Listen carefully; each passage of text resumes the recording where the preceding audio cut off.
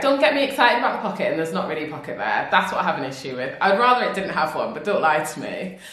Hi guys, welcome back to my channel, Mothering in Style, and in today's video we're talking all about how to know if those clothes, bags, shoes that you want to buy are really worth it. For those of you who don't know, I used to be a fashion buyer and it's a job that I did for over 10 years, so I know all the tricks of the trade as to what retailers do to make those garments that little bit cheaper and the compromises that can be made on quality in order to get them into cost. So today I'm going to share all of those with you so that you can make informed decisions in the things that you're buying and work out if they're really worth the price that they're asking you to pay. Because we are in a cost of living crisis, so we don't need to be spending money on things that aren't really worth it. My first tip is to look at the trims. Trims are a dead giveaway. So a trim is anything like a zip, a button, a rivet, anything additional that's added to a garment.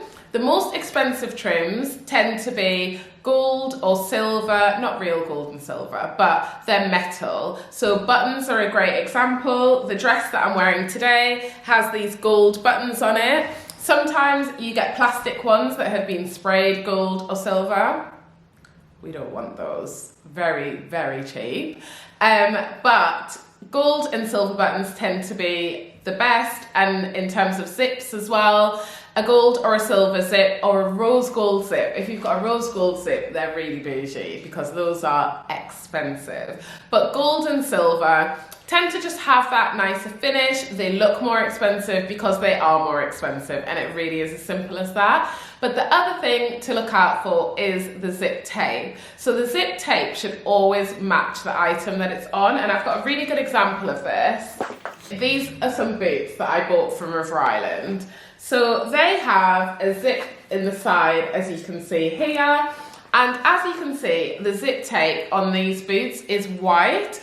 So anyone can buy a white zip, a black zip, really easy to get, and it's quite cheap, but getting zips that are dyed to match the garment you're putting them in is really expensive. So the zip should always match. If it doesn't, they're really cutting corners and it's very cheap. And when I received these boots, I felt this zip, rather than being a white zip, should really be grey. Like, it should be grey. And if they can't afford to do the grey, I personally would have put a black zip in this. I think it would have looked a bit better than a white one. But I'm sure that you can see that the white zip just really cheapens this. But I bought these in the sale for £29. So to me, as much as that cheapens the boot, I don't mind it because I didn't spend a lot of money on it. Full price, these boots were £80.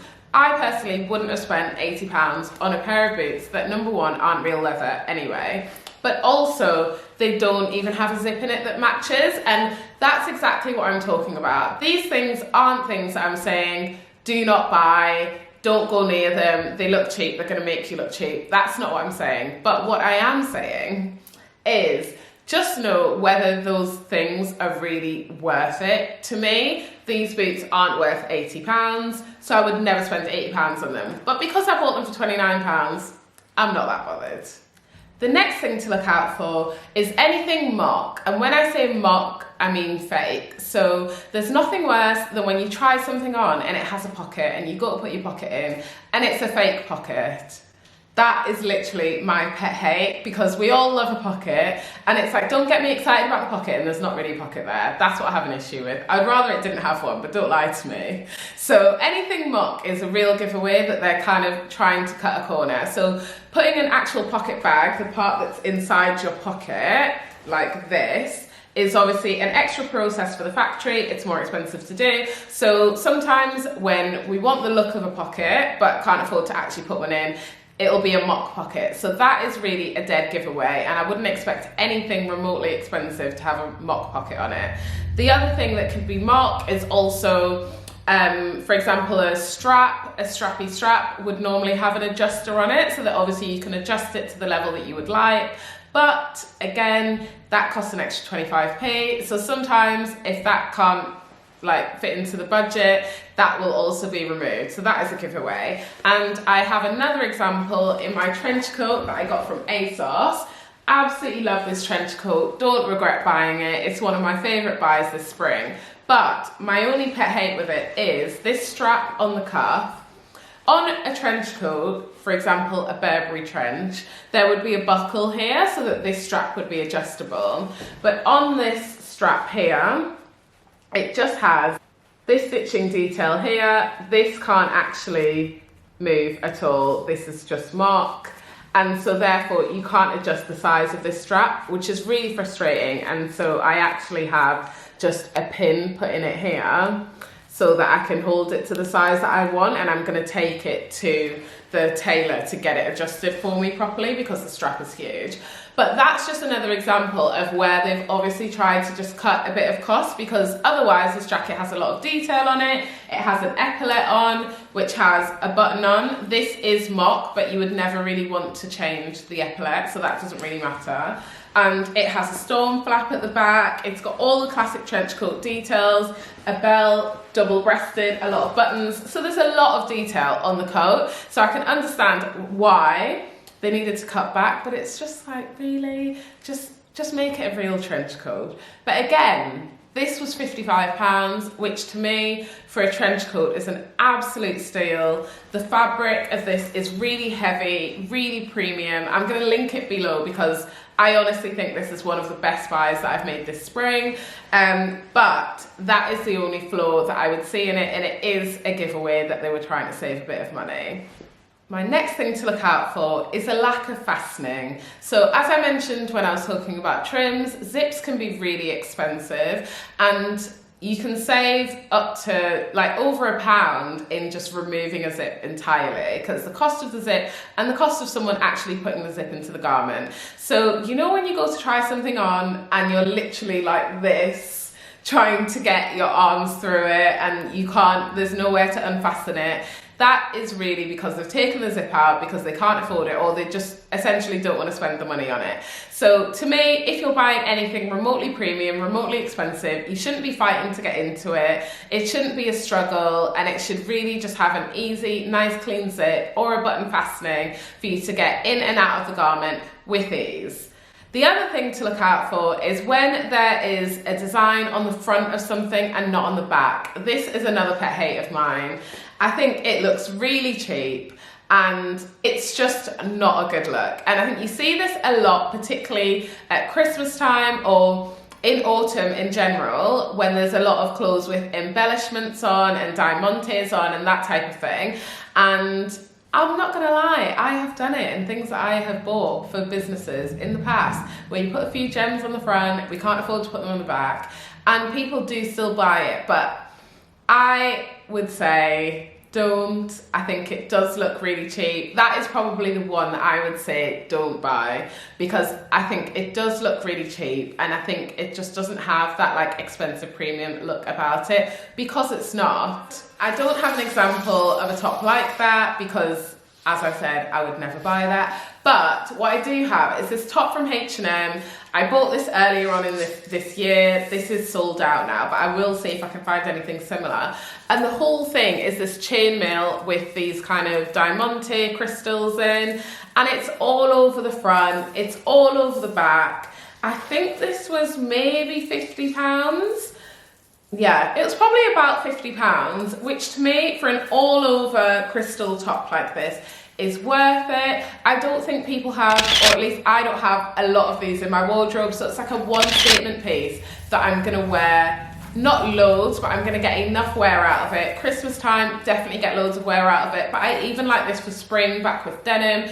Any time in the evening, I think it looks really cool. So for me, if you're gonna get something a bit diamante, a bit sparkly, especially with that whole extra trend that is around now, I think it's worth investing in something that's actually a bit premium, really nice, and has that expensive look and feel about it. Another thing to look out for is the fabric composition. So as an example, polyester is really cheap. It's made out of a type of plastic, which makes it really bad for the environment. And a lot of retailers now are using recycled polyester, which uses recycled like plastic bottles and things like that, which is much better.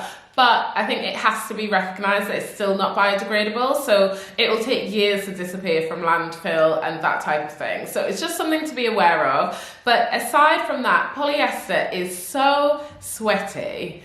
It is just, I don't know what it is about it, but it really makes you sweat and it doesn't allow your body to breathe. So always look out for natural fibers like cotton, BCI cotton, and linen are great options, particularly for the summer. They really allow your skin to breathe and it won't be as sweaty, and also they tend to last longer. So where you can, I would always say to look out for those fibers. If something is 100% polyester, it should not be expensive, and Zara are the #1 culprits of this. They will have a blazer that's £100 and it's 100% polyester and the lining's polyester, and that is just a complete rip-off, and you really would get the same quality, fabric quality, from say Pretty Little Thing, or, well, I'm not sure about Pretty Little Thing, but somewhere much cheaper, and save that money if you're going to buy 100% polyester blazer. So my recommendation would be to always start looking at the care labels when you're shopping, and really that gives you an indication of what has gone into that garment and whether or not it is worth the price that they're asking you to pay for it. My other point that bolts onto this is about leather, and that for footwear, for bags, for accessories, and that is this craze now of vegan leather. And I hate to break it to you, but vegan leather is just PU. It is what we have been using as fake leather for years.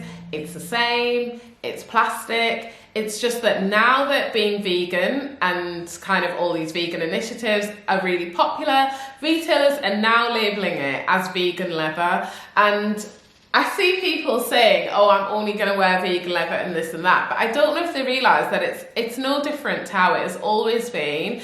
It's just plastic, it's just polyurethane, and yeah, now we just put a label on it and call it vegan. Of course it's vegan, they haven't used anything to do with an animal, they've used plastic to make it. The only exception is with footwear. Some of the glues that they use for footwear used to have like animal fats in them, and so now they have sourced ones without that. But other than that, it's the same. I have to put that out there. I'm sorry to break it to you, but it's the truth. I really hope that some of these tips that I've shared in this video will be helpful in deciding whether that next purchase that you want to make is really worth it. If they have been, please do let me know in the comments below. Give me a thumbs up, click the subscribe button for more content, and I would love to see you in the next one. Take care, bye!